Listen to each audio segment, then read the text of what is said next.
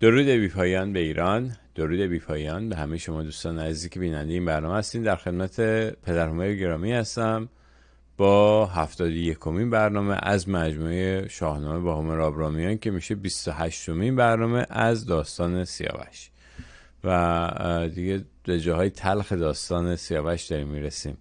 میریم پیش پدر هومر تا بقیه داستان از زبان ایشون بشنویم. هومر جان درود بر شما. با درود و آفرین بر تو افشین بسیار گرامی و با درود و آفرین بیشتر بر پسران و دختران خوبم، به ویژه آن دسته از جوانان خوب و دانشپژوه میهنم که در این تاریکی هراسانگیزی که دستگاه فرمانروایی اسلام و مسلمانی بر سرزمین فرهنگخیز ما چیره گردانده است، با چراغ دانش جستجوی گنجینه‌های گران ارج فرهنگ نیاکان خود برخاستند. جوانانی که بارون پدران و مادرانشان راه رستگاری را در مسجد و امامزاده نمی جویند، در دانش و بینش و منش نیک می جویند. سخن امروز را با سروده‌ای به نام ضحاک که همساز با گفتار امروز ما خواهد بود آغاز می کنم. ضحاک روزی اگر یگانه دوران خیش بود، وان زادگان بوسه ابلیس مارها بر شاخ شانه‌هاش شکفته گل عذاب، با مغز یک جوان دو جوان رام می شدند.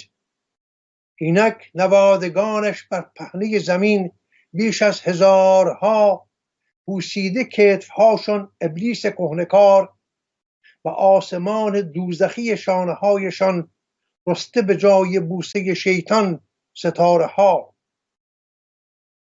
گر کاوه داغدار و خروشان و بی امان، با پاره چرم چون جگر لخت لخت خیش روزی قیام کرد و از اشک خلق سیل خروشان فتنه خواست و از تیر آه برق جهانسوز کینه جست و از موج ناله تندر فریاد بردمید. وان سیل خشم و برق دمان رعد بی امان، دوران ماردوش ستمگر تمام کرد. درمان این ستاره به دوشان که می کند. راستی هم میهنانم پرسش بسیار اندیشه انگیزی است. درمان این همه زشتی و پتیارگی و فرومایگی و فروپاشی اخلاقی که حکومت ننگین دامن اسلامی در سرزمین اهورایی ما پدید آورد، درمان این همه را که می کند؟ در نشست پیشین تا به دانجا خواندیم که گرسیوس به سیاوش گفت یکی پاسخ نامه باید نوشت، پدیدار کردن همه خوب و زشت. زکین گر ببینم سر او تهی، درخشان شود روزگار بهی. سواری فرستم به نزدیک تو، درخشان کنم رای تاریک تو. امید استم از کردگار جهان، شناسنده آشکار و نهان. که او باز گردد سوی راستی، شود دور از کژی و کاستی. و گفتیم که این یکی از تلخترین ریشخندهای روزگار است که ضحاک از داد سخن میگوید و گرسیوز کژی و کاستی را مینکوهد. و یاد کردیم از داستان ضحاک که پس از دیدن فریدون در خواب بزرگان کشور را فرا خواند و گفت یکی دفتر اکنون بباید نوشت، که جز تخم نیکی سپهبد نکشت. نگوید سخن جز همه راستی، نخواهد به داد اندرون کاستی. اینجا هم گرسیوس از داد و از راستی سخن میگوید و کژی و کاستی را مینکوهد. اگر اندکی ژرف بنگریم خواهیم دید که این بازگفت همون داستان ضحاک است با واژگان دیگر. امید استم از کردگار جهان، شناسنده آشکار و نهان. که او بازگردد سوی راستی، یعنی افراسیاب، که بازگردد سوی راستی، شود دور از کژی و کاستی. اگر بینم من در سرش هیچ تاب، یونی فرستم همان در شتاب. تو زانسان که باید به زودی بساز، مکن کار بر خویشتن بر دراز. اگر توانستم او را بر سر مهر بیاورم، پیامی از راه پیک به سوی تو خواهم فرستاد تا ساز و برگ رهسپاری فراهم کنی و خود را به دربار برسانی. نه دور است از ایدر به هر کشوری، به هر نامداری و هر مهتری. از اینجا تا سرزمین های دیگر راهی نیست. 120 فرسنگ ز ایدر به چین، همان 330 به ایران زمین. 330 فرسنگ است تا ایران و 120 فرسنگ از اینجا تا به چین. از این سو همه دوستدار تو اند، یعنی از چین همه دوستدار تو، پرستنده و غمگسار تو اند. و از آن سو، یعنی از ایران، و از آن سو پدر آرزومند توست، جهان بنده خویش و پیوند توست. به هر کس یکی نامه ای کن دراز، یعنی به هر یک از این بزرگان این کشورها نامه ای کن دراز، و سیجیده باش و درنگی مساز. بوسه اهریمن بر شانه های ضحاک را به یاد دارید؟ نمیخواهم به داستان ضحاک بازگردیم، ولی بسیار بایستی میدانم که نگاهی گذرا به گفتگوی میان ابلیس و ضحاک داشته باشیم تا بباوریم که این همان ابلیس است که در همیشه تاریخ از کم دانشی ما مردم ایران سود برده و پویش تاریخ را در راستای تاریکی و سیاه روزگاری ما هموار ساخته است. یک روز در چهره و ریختار ضحاک، یک زمان در چهره و ریختار الله و رسول، یک روز در ریختار امام و امامزاده، یک روز در ریختار حزب توده ایران و سرانجام در ریختار کژ و کوژ سید روح الله خمینی. از جا دارد که اگر چند زمانی، اندک زمانی داستان سیاوش را کنار بگذاریم، یک بار دیگر داستان فریب ابلیس را بخوانیم تا برسیم به امروز. بی کمترین گزارش این گفتگو را برای شما می‌خوانم یک بار دیگر. چنان بود که ابلیس روزی پگاه، داستان ضحاک است، بیامد به سان یکی نیکخواه. این نیکخواه بسیار بسیار شایان ژرفنگری است. همه دشمنان ایران به سان یکی نیکخواه زمینه سیاه روزگاری ما مردم ایران را فراهم کردند. بیامد به سان یکی نیکخواه، دل مهتر از راه نیکی ببرد. جوان گوش گفتار او را سپرد، همانا خوش آمد گفتار او، نبود آگه از زشت کردار او. بدو داد هوش و دل و جان پاک، پراکند روی سر خویش خاک. کاری که ما کردیم در سال 57، پراکندیم رو سر خودمان خاک.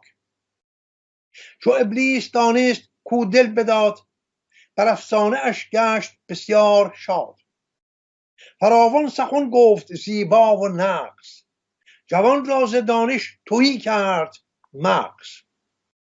یاد دارید که خمینی چگونه توانست با آسانی ما را تهی کند از مغز. مغز همه ما ایرانیان را دزدید. همی گفت دارم سخنها بسی، که آن را نداند جز از من کسی. جوان گفت برگوی چندین مپای، بیاموز ما را تو ای نیک رای. بدو گفت پیمانت خواهم نخست، پس آنگه سخن برگشایم درست. جوان ساده دل بود فرمانش کرد. خب جوان ساده دل بود، ولی این جوان ملت ایران است که در همیشه تاریخ ما ساده دل بودیم. جوان ساده دل بود فرمانش کرد، چنان کو بفرمود سوگند خورد. که راز تو با کس نگویم ز بن، ز تو بشنوم هر چه گویی سخن. بدو گفت جز تو کسی در سرای، چرا باید ای نامور کدخدای. چه باید پدر کش پسر چون تو بود، یکی پندت از من بباید شنود.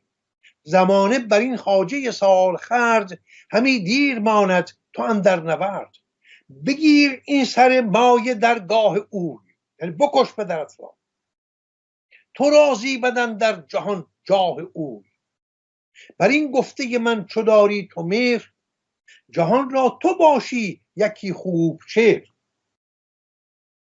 چو بشنید ضحاک اندیشه کرد، ز خون پدر شد دلش پر ز درد.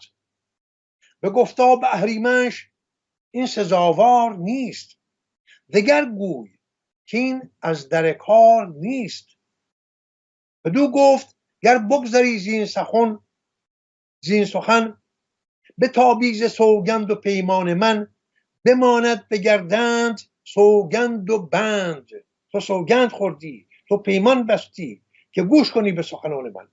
شوی خوار و ماند پدرت ارجمند، سر مرد تازی به دام آورید. چنان شد که فرمان او برگزید. بپرسید که این چاره با من بگوی، نتابم ز رای تو من هیچ رو. بدو گفت من چاره سازم تو را. لردهای انگلیسی آمدن از راه رادیو بی بی سی لندن، به من ایرانی میگویند من چاره سازم تو را. به خورشید سر برفرازم تو را. تو در کار خاموش می باش و بس، تو هیچ کار نکن، بنشین با امید اینکه یک روزی ترامپ خواهد آمد، یک روزی دیگری خواهد آمد، تو را رهایی خواهد بخشید، اسرائیل یورش خواهد آورد، تو را آزادی خواهد بخشید. تو بنشین، کاری نداشته باش، تو در کار خاموش می باش و بس.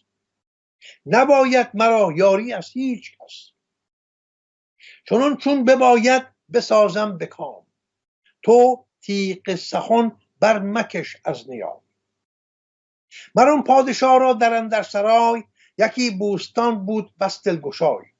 گرانمایه شبگیر برخاستی، ز بهر پرستش بیاراستی. سر و تن بشستی نهفته به باغ، پرستنده با او ببردی چراغ. بران رای واژونه دیو نژند، یکی ژرف چاهی به رهبر بکند.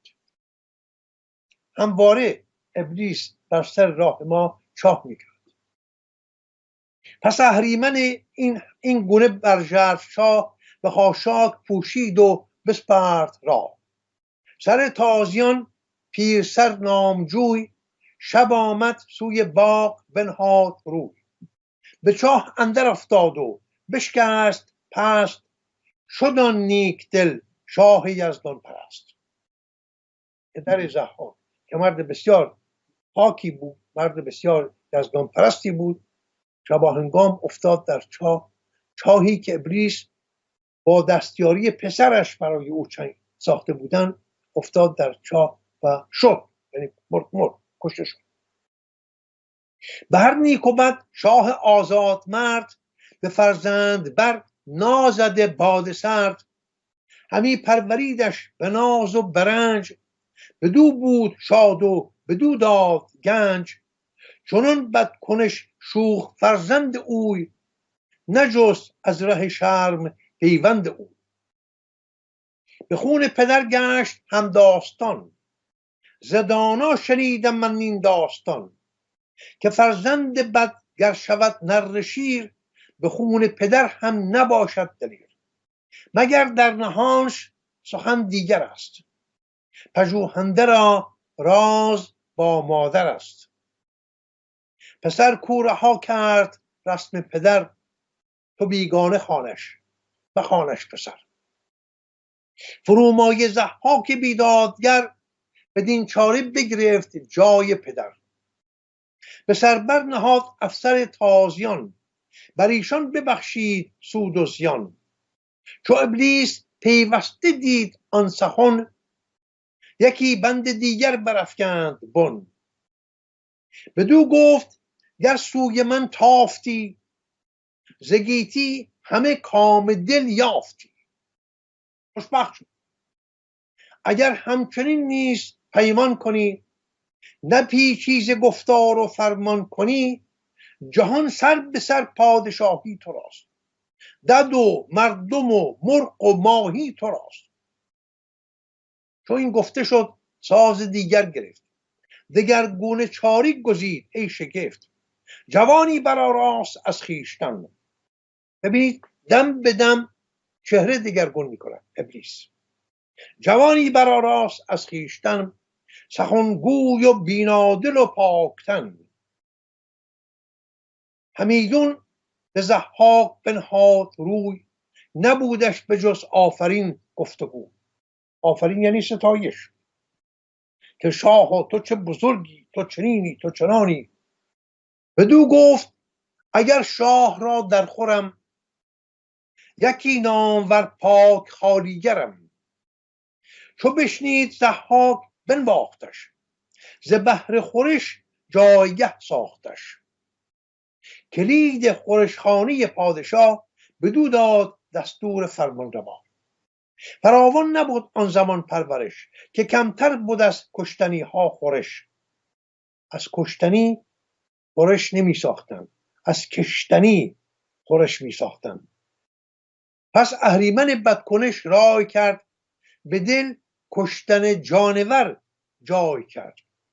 ز هر گونه از مرغ و از چارپای، خورش کرد و آورد یک یک به جای.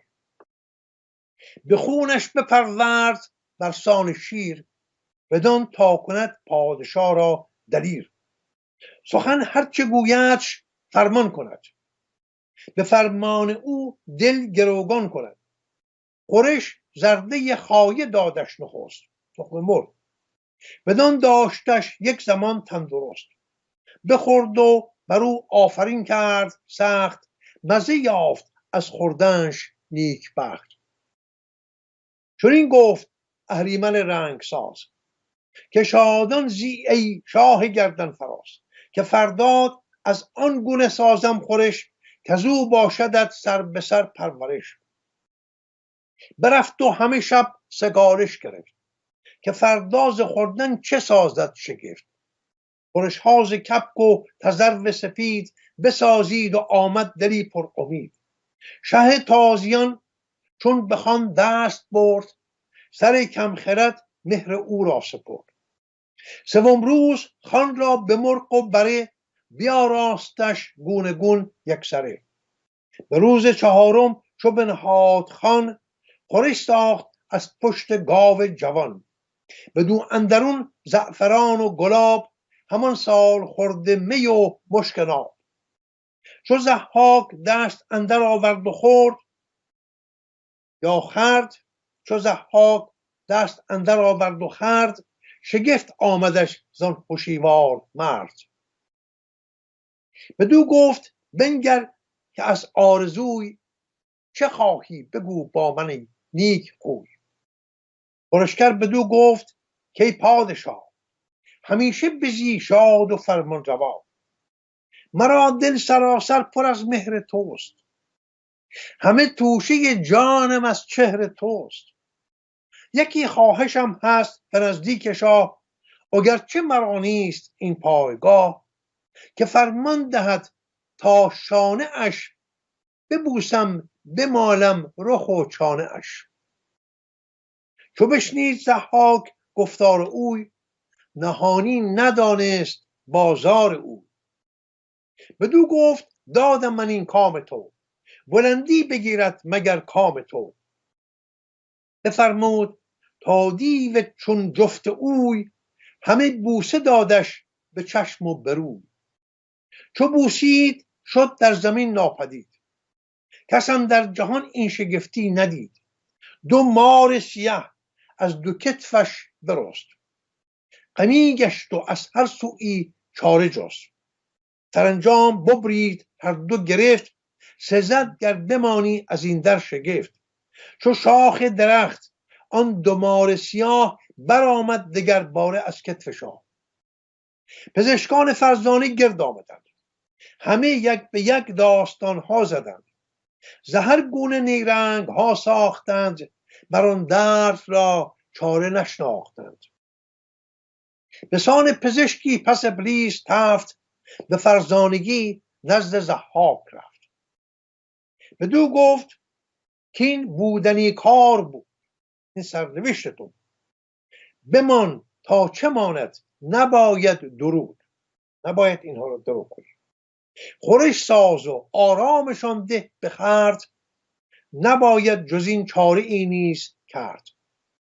به جز مغز مردم مدهشان خورش، مگر خود بمیرند از این پرورش.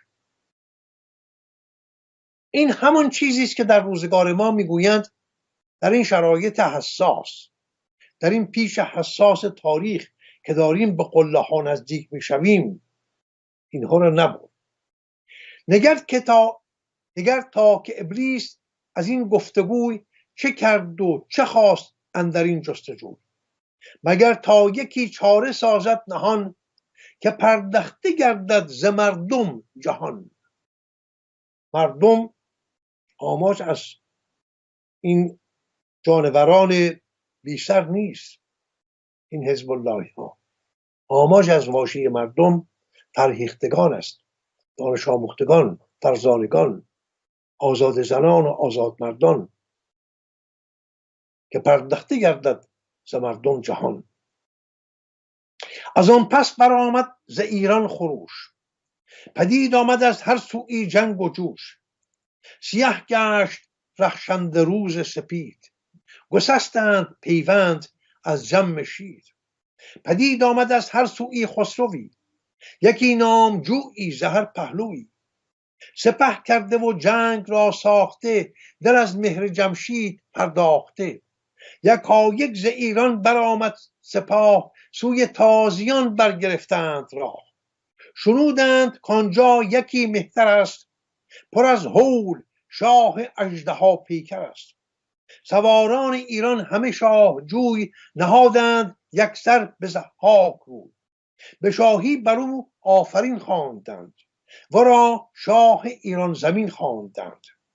که اژدهافش بیامد چو باد، به ایران زمین تاج بر سر نهاد. چو ضحاک شد بر جهان شهریار، بر او سالیان انجمن شد هزار. سراسر زمانه بدو گشت باز، برآمد بر این روزگاری دراز. نهان گشت آیین فرزانگان، پراکنده شد کام دیوانگان. نگاه کنید به امروز ایران، نهان گشت آیین فرزانگان، پراکنده شد کام دیوانگان. هنر خوار شد جادویی ارجمند، نهان راستی آشکارا گزند. شده بر بدی دست دیوان دراز، به نیکی نرفتی سخن جز به راز.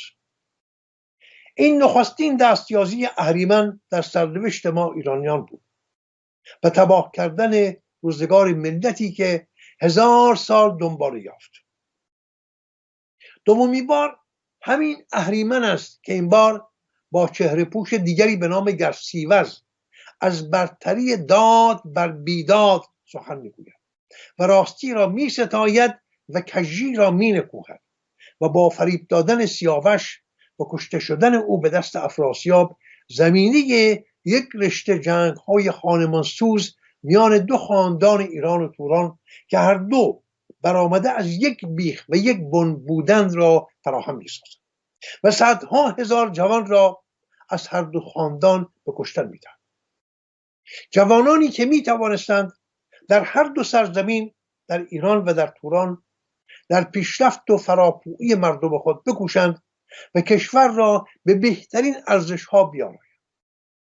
چهره پاک زمین را به جای اینکه به ارزش‌های زیبا بیارایند، با خون یکدیگر شرمسار کردند. سومین بار باز همین ابلیس بود، همین ابلیس که یک بار در ریختار آشپز یا حالیگر به سراغ ضحاک رفت، یک بار در ریختار گرسیوز زندگی سیاوش را تباه کرد و یک بار دیگر در چهره پوش دیگری به نام خمینی به جهان شاد و روشن ما یورش آورد و با سخنان فریبنده خود کاخ خوشبختی ما مردم ایران را در هم کوبید. امروز میخواهم با پروانه افشین گرامی نگاهی دوباره به سخنان خمینی در پاریس و کردوکارش در ایران به شما نشان دهم که خمینی همان ابلیس بود که بر شانه های ضحاک بوسه زد و از بوسهگاه او مارها روییدند و سرنوشت مردم ایران را تباه کردند.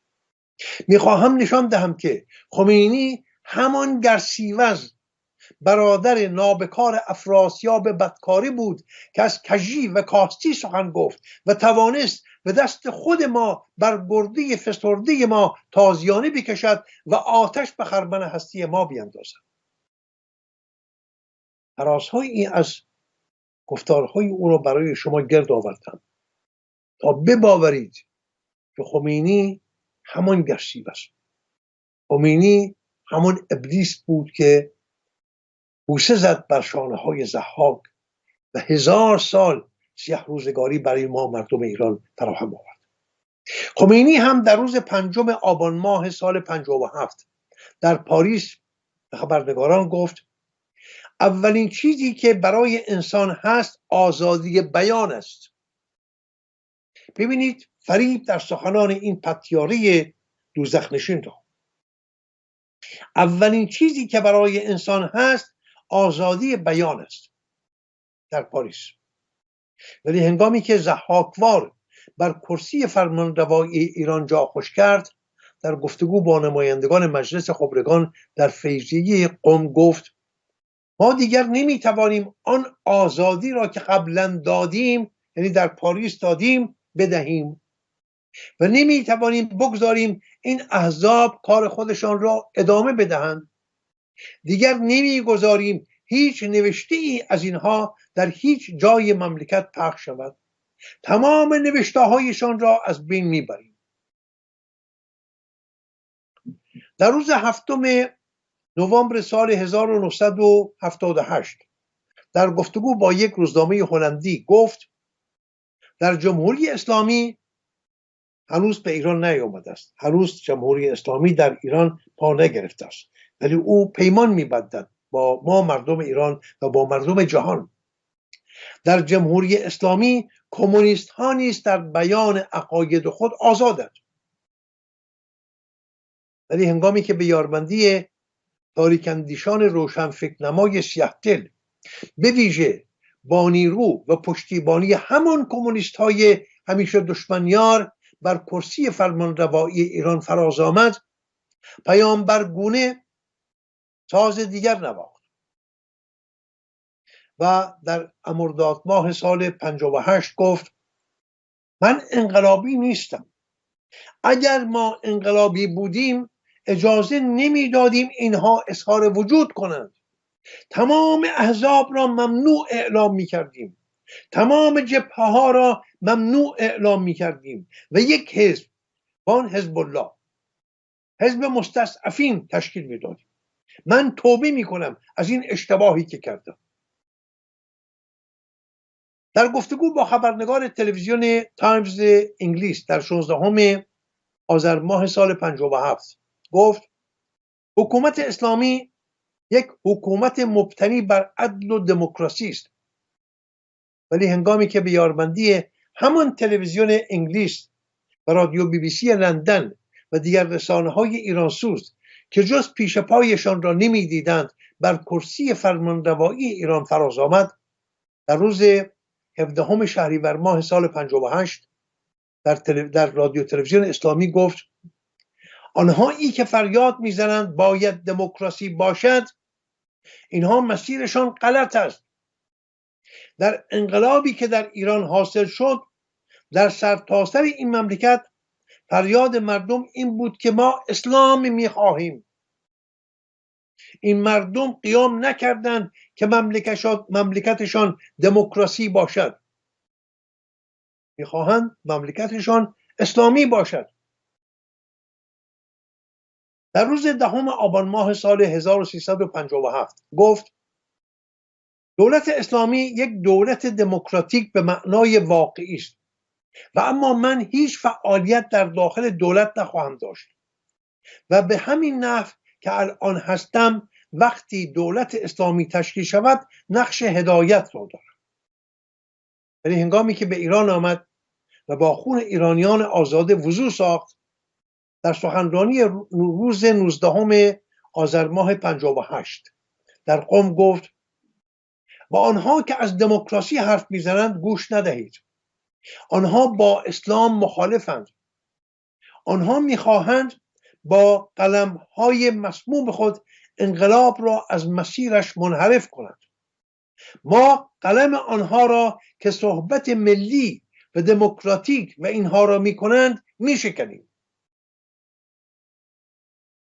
هنگامی که در مکه اروپا بود، این که میگویم مکه اروپا چون میدانید که در قرآن 2 گونه سوره داریم، سوره های مکی و سوره های مدنی. سوره های مکی همه پیمان های بیهوده، سخنان یاوه، ولی نرم، با آهنگ بسیار نرم، اندرز، نصیحت، داستان. ولی هنگامی که به مدینه می رود قاتلوهم فی سبیل الله، کشت و کشتار. هنگامی که در مکه اروپا بود، در گفتگو با خبرنگار تلویزیون آلمان در روز 16 دی ماه سال 57 برای فریب مردم ایران و جهان گفت اسلام یک دین مترقی و دموکراسی به معنای واقعی است.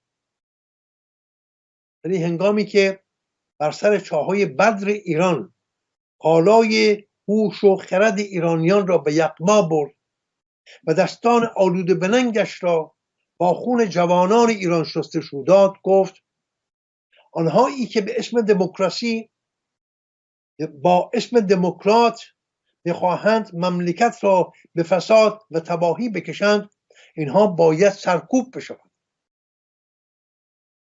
باید کشته بشوند و همه را کشت.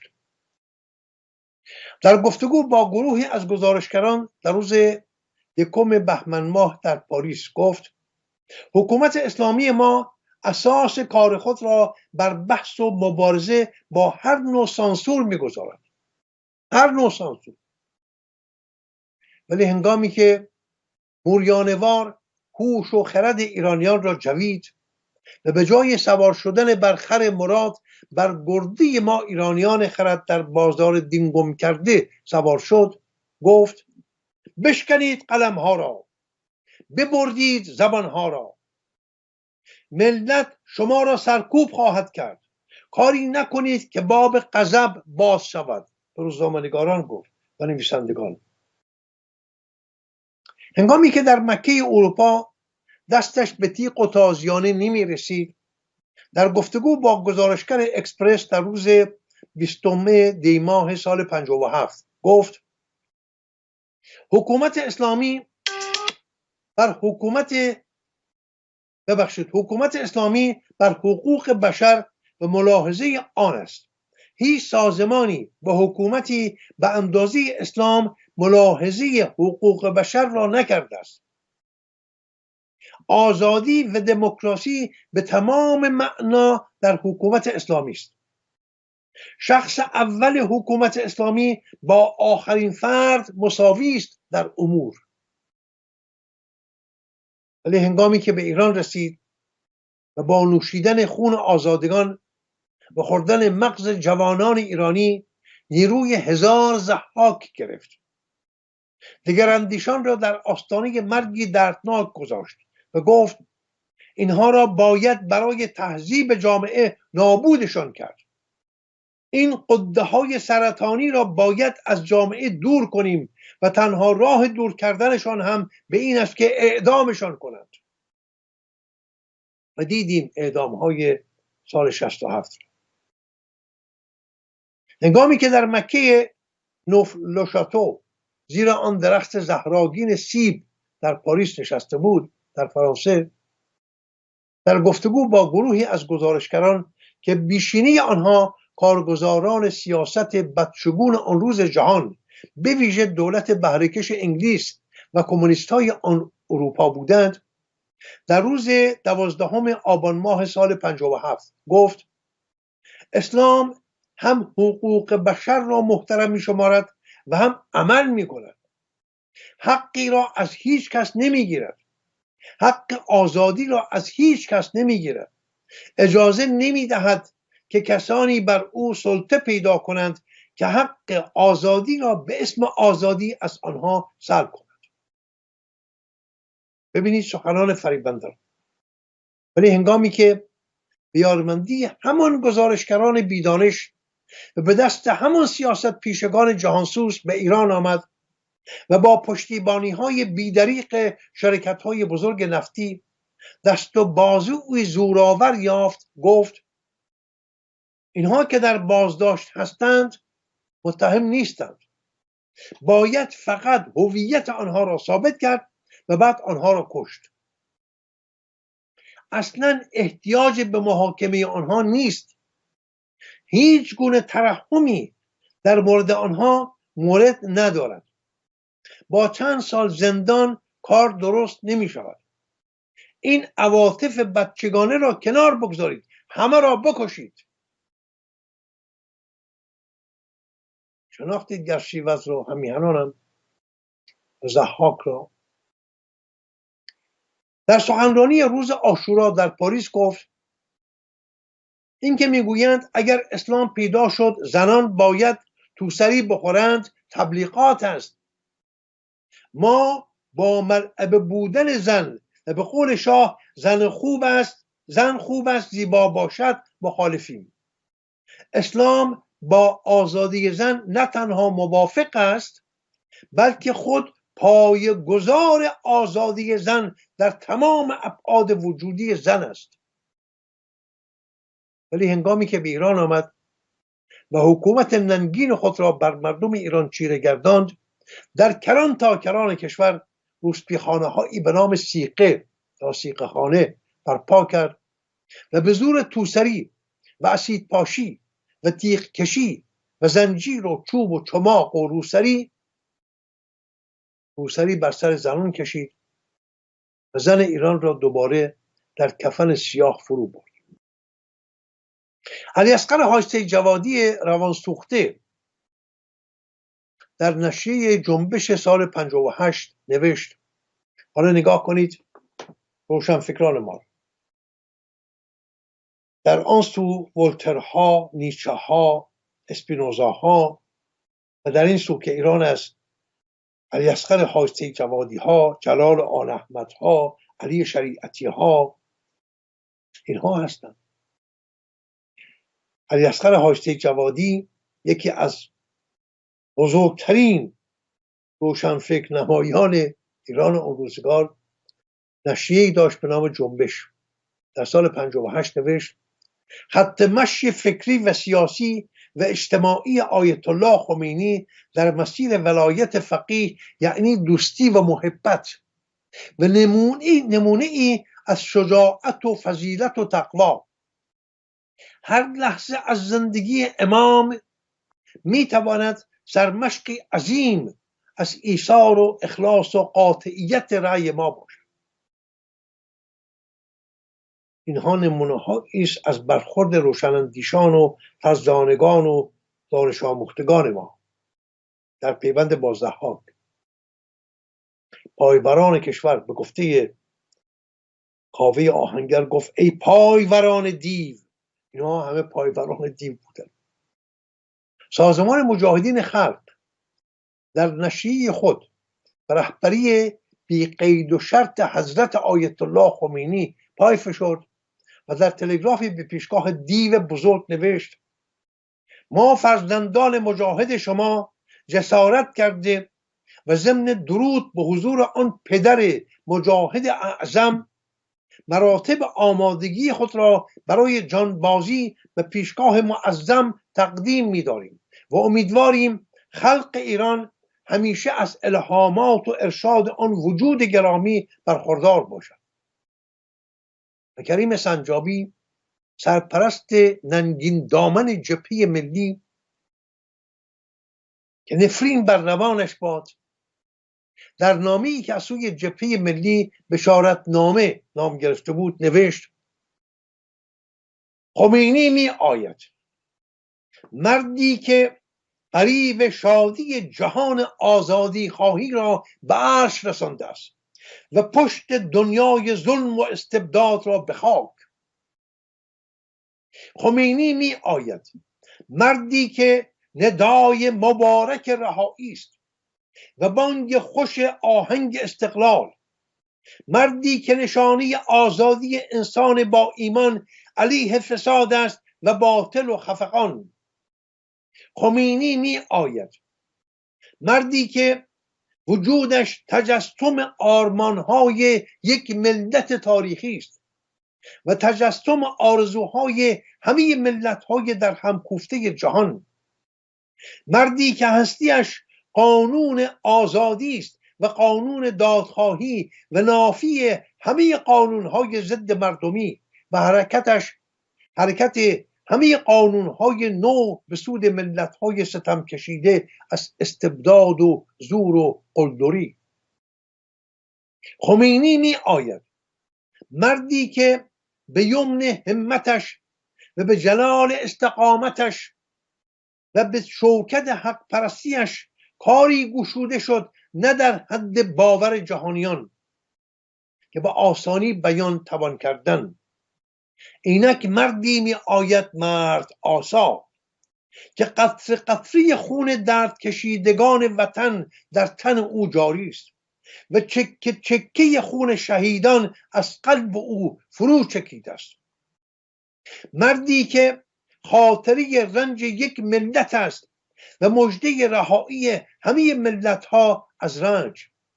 به یک قدمی قدیس با حکم معجزه به یک دست از آستین غیب در آمده، بلکه انسان راستین عصر حاضر و ابر مرد زنده تاریخ می آید. مردی که همه عزم راسخ است و همه آزاده. مردی چنین دوباره نمی آید. در تمام طول حیات انسان ها تنها یک بار است که خورشید از غرب به شرق می آید. خورشید از غرب که فرانسه است، از اروپا به شرق که ایران است می آید. خورشیدی که امانت شرق است نزد غرب. حق این است که اینک صدای هلهلی ملتی را به گوش جهانیان برسانیم و این بزرگ را چنان که باید و شاید عزیز بداریم و تمام وجود خیشتن را نگریستن کنیم و با این نگاه او را چنان بپاییم که از چشم زخم دشمنان دور بماند. خمینی به خاطر ذات رهایی انسان می جنگد و به خاطر باز آفرینی معرفت و معنویت بشر به میدان آمده است. سپاس نمی خواهد، تقدیر و تشویق نمی طلبد. ما تنها به خاطر رضای دل خیش عزیزش می داریم. نفرین همه آزادگان بر تو باد. با این قلمی که نوشتی به این گونه خرد جوانان همسن و سال مرا در اون روزگار سوزاندی. نفرین جاودانه بر نامت و بر روانت باد.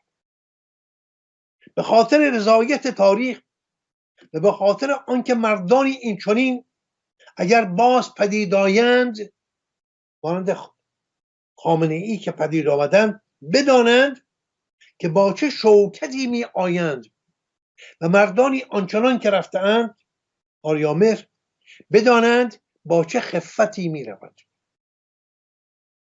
حفاظت و حراست جان خمینی به همت سربازان وطن به معنای تجدید میثاق مقدس میان سپاهیان میهن است و همه خانواده های ایشان. میثاق اجزای ملتی که به ضرب شلاق استعمار و استبداد اسیر پراکندگی شده بودند. بیا این خمینی را از فاصله ای که سلامتش را نیازارد ببینیم، تصویرش را در قلب خود حک کنیم و در تمام لحظه هایی که احساس ناتوانی و ناپایداری میکنیم شهامتش را، قدرتش را، استواری و سرسختیش را و عملکرد سلامتش را به یاد بیاوریم و به نیروی انسان با تقوا ایمان بیاوریم، با نظمی که اعجاب و تحسین همگان را برانگیزد و نشانی از فرهنگ متعالی ما باشد از ایشان استقبال کنیم. و همیهنانم ما چنین کردیم. ما صدای هلهلی خود را به گوش جهانیان رساندیم. ما آن خورشید را که نخستین بار از غرب بر شرق تابیدن گرفته بود با شوری آنچنان به سرزمین فرهنگخیز زرتشت و کوروش و فردوسی آوردیم که داغ ننگش تا جاودان بر خاک ایران و بر پیشانی مردم ایران زدوده نخواهد شد. افشین جان، اگه پروانه بدهیم سخن را در اینجا به پایان ببریم، چون من نمیخواهم با همین خشمی که دچارش هستم بپردازیم به دنباله داستان سیاوش. داستان سیاوش را در نشست دیگری با هم پی بگیریم. این را من بسیار بایسته دانستم که امروز پیش از پرداختن به آن بخش تلخ این داستان که تو در آغاز برنامه امروز اشاره کردیم، دوست داشتم بگویم که داستان سیاوش نوبر نبود در کارنامه ایران، در تاریخ ایران و واپسین هم نخواهد بود تا زمانی که مردم ایران به ویژه جوانان به خود آیند و فریب این گونه گرچیوزها و ابلیس ها و خمینی ها و خامنه‌ای ها را نخورد. اگر سخنی هست گوش میکنم. یه دو تا مطلب میخواستم باتون در میون بذارم. یکی این که میتونیم بگیم که در شاهنامه جوان سمبل بی تجربگیه؟ نه، نمیتونیم بگیم. نه. این هر وقت میگه جوانی مثلا من این بی تجربه است، منظورش نیست. نه من برخورد نکردم. جوانی نشان نیرومندی است، نشان شادابی، شکفتگی، زندگی هاست. و پیری در شاهنامه نشان آزمون، تجربه این هاست. یعنی ما پیری رو در شاهنامه نشان از کار افتادگی نمی بینیم، جز یکی دو بار که خود فردوسی از پیری خودش گله می کند، ولی در بخش پهلوانی این گونه نیست. پیری نشان فرزانگی، دانشوری، آزمون یا تجربه، و جوانی نشان شکفتگی، شور زندگی، بزم، شادی است. بعد عرضم خدمتتون که خیلی جالب بود که این مثال ابلیس رو زدین که چطور با این مثال ضحاک رو در حقیقت زدین که یعنی گرسیوز هم مثل همون ابلیس هست. یعنی این که شما گفتین خب یه بار ضحاک رو گول زد، یه بار ابلیس به صورت گرسیوز سیاوش رو گول زد، یه بارم خمینی. حالا به نظر شما همون یه بار نبوده، فقط همون یه بار هی داره تکرار میشه؟ یعنی همون داستان داره تکرار میشه هر دفعه جای دیگه، هر دفعه یه جور. و در ضمن یه چیز دیگه در داستان ضحاک، خب ضحاک از روز اول که مثلا آدم بدی نبود تا لحظه اول به هر حال ابلیس اومد گول ایستاد رفت پدرشو کشت. بعد همین ضحاکی که پدرشو کشت اجازه داد حیونا رو بکشن و باش غذا درست کرد، مثلا برای اینکه شکمش رو سیر کنه، به اصطلاح غذای خوشمزه‌ای بخوره و شکمش رو سیرتر کنه، اجازه داد که حیونا رو بکشن و بعد ابلیس شونه‌هاش بوسید و مار است. یعنی خود ابلیس دیگه شد. یعنی بعد اون دکترها اومدن بهش گفتن یعنی یه پروسه‌ای طی شد تا این ضحاک تبدیل شد به ابلیس. در حقیقت تمام انسان ها هم همین اتفاق براشون میفته. انسان هایی که مثل خمینی ابلیس صفت میشن، اونا هم یه راهی رو طی میکنن و به اینجا میرسن و خوبه که ما اون ابلیس واقعی رو بشناسیم که وارد این راه نشیم. یعنی امروز به نظر من همه آخوندا در همین راه هستن، در راه ابلیس شدن هستن، چون جوونش چون پیرش که دیگه ابلیس شده، مثلا کسی مثل خامنه‌ای، ولی بقیهشون تو اون راه، تو اون مسیر هستن و باید سعی کنن خود این ابلیس رو بشناسن که اون راه رو نرن هستن. و همه ما هممون باید آگاه بشیم به این موضوع که اون راه اصلا پامون تو اون راه نذاریم که به ابلیس شدن ختم میشه. اگه سخنی داریم میشنویم صحبتتون رو. نکته بسیار خوبی رو انگوش گذاشتی. ببینید تنها شناخت ابلیس در بیرون از خود ما نیست که بسیار بایسته است. بسیار بایسته است که ما این رسانه ها رو بشناسیم، کارهای تبلیغاتی رو بشناسیم و بدانیم که هم امروز من نمیخوام از یک رسانه ویژه نام ببرم، ولی میبینیم برخی رسانه ها با آوردن برخی از مهمانان چگونه مغزشویی میکنن، چگونه زمینه فرض کنید که تجزیه ایران رو فراهم میکنن با برنامه‌های مانند فدرالیسم و این یابه‌های از این دست که درست مانند همین سخن گفتن‌های ابلیس به ضحاک یا گرسیوز به سیاوش یا خمینی به ملت ایران، همون دست سخنان است. ولی هر یک از ما در درون خودمان هم یک ابلیس داریم. میخوام بگویم که دامنه این جستار بسیار بسیار فراخ است. هر یک از ما در درون خود افشین جان ابلیس هایی داریم که بر شانه های ما بوسه میزنن. ابلیس خود بزرگ بینی، ابلیس خودخواهی، ابلیس خود برتر از دیگران دیدن. اگر این ابلیس بر شانه های ما بوسه نمیزد، پس از 45 سال این همه اختلاف نمی داشتیم با یکدیگر. اگر هنوز این حکومت رنگین دامن اسلامی برجاست، هنوز خون جوان ایرانی بر زمین میریزد، هنوز ایران را تباه میکند، برای این است که از شانه های خود ما هزاران مار روییدند در پی بوسه ابلیس بر شانه های ما. یعنی من اگر هوادار پادشاهیم و تو اگر هوادار جمهوری، من و تو به جای اینکه دست در دست یکدیگر بگذاریم این کار نمی کنیم. من و تو یکدیگر رو میزنیم به جای اینکه دشمن رو بزنیم. چرا؟ چون اون ابلیس بر شانه های من بوسه زده است. شانه های من بوسهگاه اهریمنی شدند که خود را برتر از تو میبینم. من حقم و تو ناحق و بر شانه های تو هم بوسه زده است.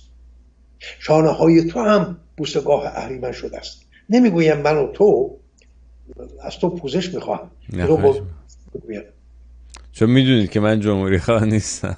نه من مثال بله من نمیگونه نیستم، ولی من از خودم مایه میگذارم و از تو که نزدیکترینی به من میگم که همه ما باید که هوشیار باشیم، شانه های خود را بوسهگاه اهریمن نکنیم. امروز میهن در خطر است. البته من هوادار پادشاهیم، ولی من پادشاهی رو برای ایران میخواهم، ایران رو برای پادشاهی نمیخواهم. اگر ایران نیست میخوام سر به تن همه پادشاهان جهان نباشه، از کوروش تا بنویس. به چه کار من میخوام؟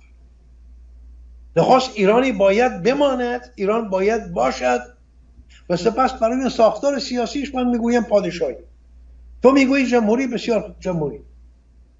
ولی تو چه میخواهی؟ توی جمهوری، باز هم پوزش میخوام، منظورم از توی افشین نریمان نیست، ولی توی جمهوری خواه. جمهوری را برای کجا میخواهی؟ برای کدام جهنم میخواهی؟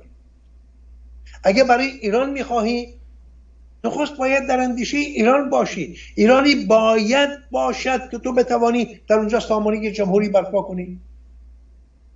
جمهوری رو میخوای کجا ببری؟ پس نخستین بایستگی این است که من هوادار پادشاهی و توی هوادار جمهوری دست در دست یکدیگر بگذاریم، برادروار، برادر خواهروار، یک سپاه، یک ارتش ملت ایران، برویم این اهریمن رو از خانه خوب خودمون بیرون بیاندازیم، خاکش کنیم، سپس بر سر اون خاک برابر اون چه که سامه های امروز هست، صندوق رای، اگر بیشینه مردم گفتن جمهوری، من کلاه گرامی داشت برمی‌دارم میگم بله جمهوری. اگر بیشینه مردم گفتن پادشاهی، تو باید بپذیری خب پادشاهی. ولی امروز نه پادشاهی نه جمهوری، امروز باید همه بگوییم ایران. من نمیگویم، من هرگز ایران رو فدای پادشاهی نمی کنم. تو هم نکن، تو هم نیا ایران رو فدای جمهوری بکن. برای میهنمان را نجات بده. ایران باید باشد که یا سامانه پادشاهی یا سامانه جمهوری برام ولی چه شده است؟ پس از 45 سال نیازی نیست من بگویم. افشین جان تو خودت میدونی و همگان میدونن، همه بینندگان ما هم میدونن که چه بلایی به سر باغ آمد، چگونه این کنشگران سیاسی ما دارن پوست یکدیگر رو پاره میکنن. و این چیست؟ این همون ابلیس است که بر شانه هاشون بوسه زده است، شانه هاشون بوسهگاه اهریمن است. مارها رویدن روی دوشهای این همه این سیاستکاران ما، سیاست پیشگان.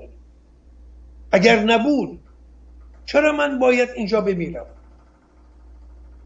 من چه میکنم در استرالیا یا تو چه میکنی در آمریکا؟ ما باید در خانه خودمون میبودیم. من چه غلطی میکنم اینجا؟ نمیدونم.